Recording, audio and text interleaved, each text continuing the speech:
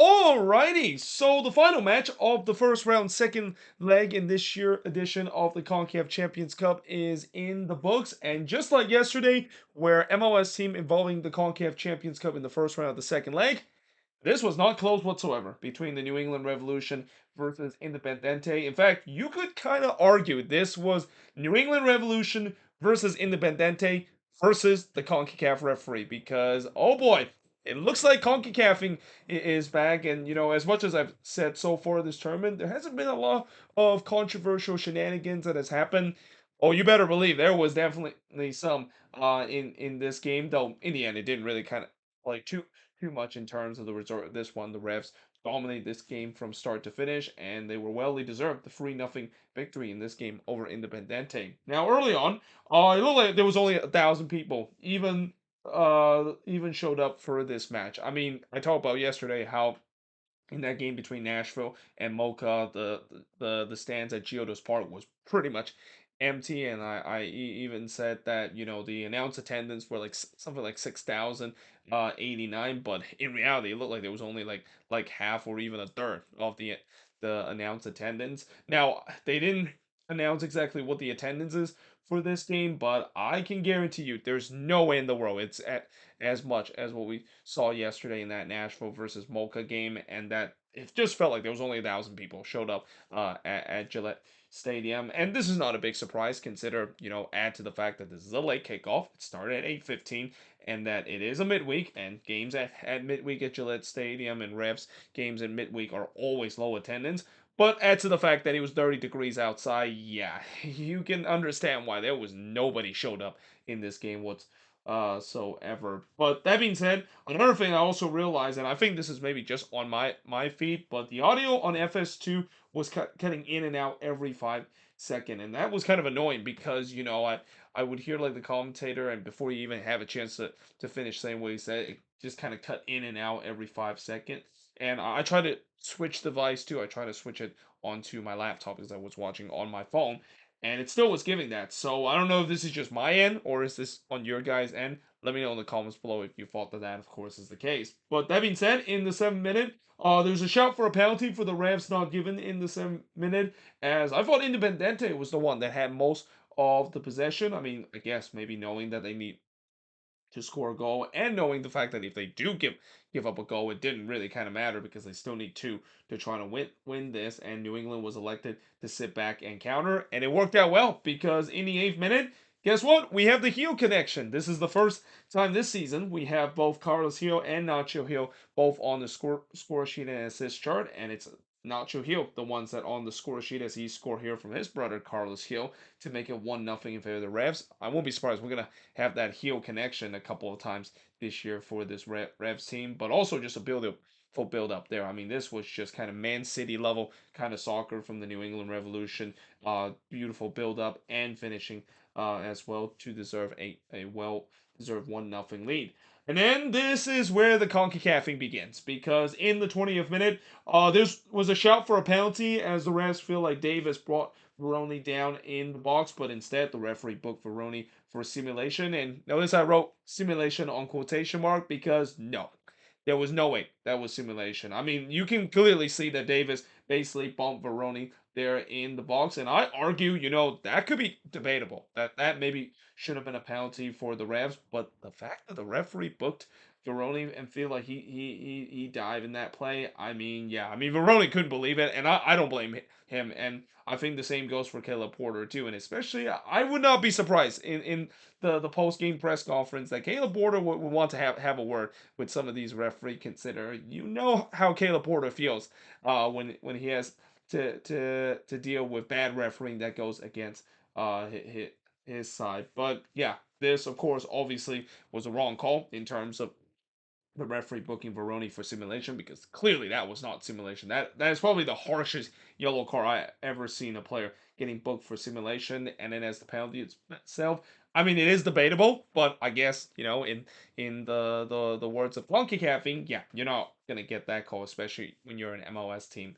Then Hartswood puts it wide from long range in the 23rd minute, as I thought the Revs continue to look very threatening every time, especially they're going through the transition. Hurtado on the other end would put one high from long range before Denionius would have a shot that was deflected and right to Ravis after the refs turned the ball over. So yeah, that's not what you want to do if you're New England, turning the ball over in your own half. And that Independiente, they started getting some momentum. Again, that goal that they gave up, it didn't really change much because they still need 2 goals to win this. And now if they can get those 2 goals, they're going to be moving on into the next round on away goals. But we do head to halftime with New England leading 1-0. In the second half, not much happened, at least in the first 13 minutes. There was no shots for the first 13 minutes. In fact, I should have said the first 12 minutes because in the 57th minute, the first shot of the second half ends up in the back of the net. It's Shankalai. He scored from Izmir here to make it 2-0 in favor of the Revs because, again, Thomas Shankalai, he averaged a goal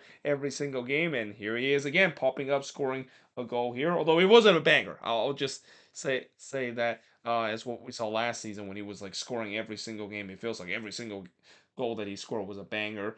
But that being said, he looked to trying to get another one just 3 minutes later, but he missed that one wide. And then the post would deny him in the 71st minute, but it actually rebound right to Ismail Betkanovic, who tried to hit one on the volley. I mean, he was a bit ambitious, but it was on target, and unfortunately, the shot was blocked by one of the Independiente defender. And then again, despite being well controlled, the refs they were looking to get the third goal in this game. Veroni would hit one right to Roberts as Veroni continued to be cursed in terms of the goal scoring chart. Though I will say that at least he got an assist in this game. But in the 84th minute, this is where we see more CONCACAF moment happen. So Boatan basically puts the ball into the back of net, but the goal was disallowed for offside. And again, I put quotation mark on offside there because that was not offside. I mean, the reason why that's not offside, well, there could be 2 reasons. One reason is that when you look on the replay as the ball was delivered in, it definitely looked like maybe Boateng was able to lean himself in an onside position, and you can kind of tell too. Like the artificial turf at Gillette Stadium makes it a little easier for me to see the where each players are, and it feels like Boateng was leveled there, and certainly even if he's not level, I don't think that's enough for them to overturn in VAR. But then the second reason, and this is probably the most legitimate reason of why this goal shouldn't have been offside, and that of course, or actually, I'm sorry, it's not Boateng the one was on an offside position. It was actually Nick Lima, the one that was in an offside position to begin with. But again, the second reason why that it's not offside is because when the ball was deliver when that through ball was delivered in. It hit a defender, and it was pretty clear that defender played the ball. And we have this discussion before of how we have seen situation where it can be a little bit up to debate whether or not the defender deliberately played the ball and then it fall to a player that was in an offside position. Because if you deliberately play the ball, then the player that gets the ball that was originally in an offside position in before that or after that pass is no longer considered to be in an offside position. And here it clearly looked like one of the Independiente defender played the ball there, and that it just kind of fall to Nick Lima. And again, that should not be offside, and it should have counted. But I guess this is the beauty of the CONCACAF Champions Cup, or I shouldn't say the beauty, but kind of the ugly side of the CONCACAF Champions Cup and the CONCACAF Champions League, where we have seen MLS team getting CONCACAF, and it feels like the refs got CONCACAF in this one, and especially Emil Boateng got CONCACAF in this one because that was it. So he had a chance to score a rare goal for New England, only to wrongly take it away because of an offside call. With that being said, New England would not be denied of that third goal, as in the first minute of stoppage time, Mark Anthony Kay, who was just subbed in a couple of minutes ago, he scored here for Veroni to make it 3-0 in favor of New England. By the way, Veroni was the guy that assisted the Boateng score, and I was also gonna say that it feels like even VAR and CONCACAF hate Veroni right now because this guy just cannot get himself on the board, whether on the goal scoring or on the assist chart. But the good news is he did eventually do so, and I like the unselfish plays there for Veroni. I mean, for a guy that has been lacking goal scoring, and with the way that this game was out of reach, I mean, he could have easily just trying to hit that one in the near post. I mean, probably wouldn't be a good idea because I think the keeper would have easily saved it. It would have been a better option to kind of put it on a platter for Mark Anthony Kaye, which is kind of exactly what he does. But again, that's not something that you usually see with a number nine, and especially a number nine that is trying to get out of this goal scoring drought that Veroni has been going for a long time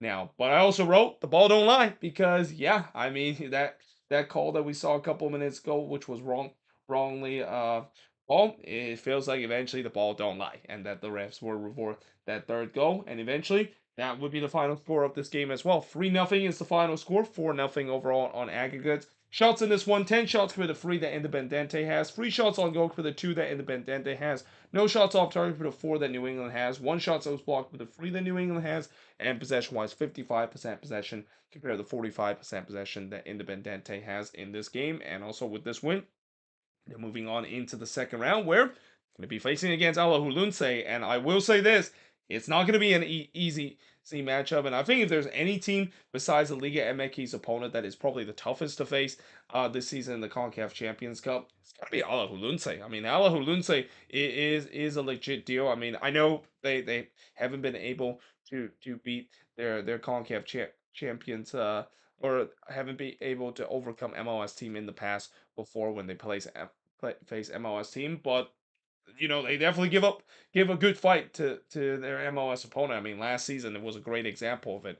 They play against LAFC, and even though LAFC easily beat them 3-0 in the first leg, they scored 2 goals in that second leg and actually won that game 2-1. And they made it really interesting and made LAFC really were sweating the fact that yeah they were gonna lose 3-0 on their home turf as well. So this is not gonna be easy for New England when they face against the likes of Ulunse. And it is kind of also the case with Costa Rican team. I mean, Costa Rican team are not easy to face. I mean, just ask the Philadelphia Union of how tough it was when they faced against Saprissa, and that you should not be taking Costa Rican team lightly, both at home or on the road, because don't be surprised that they could spring a surprise, and that I'm pretty sure New England and this Caleb Porter side will not be underestimating Alahulunse in the next round.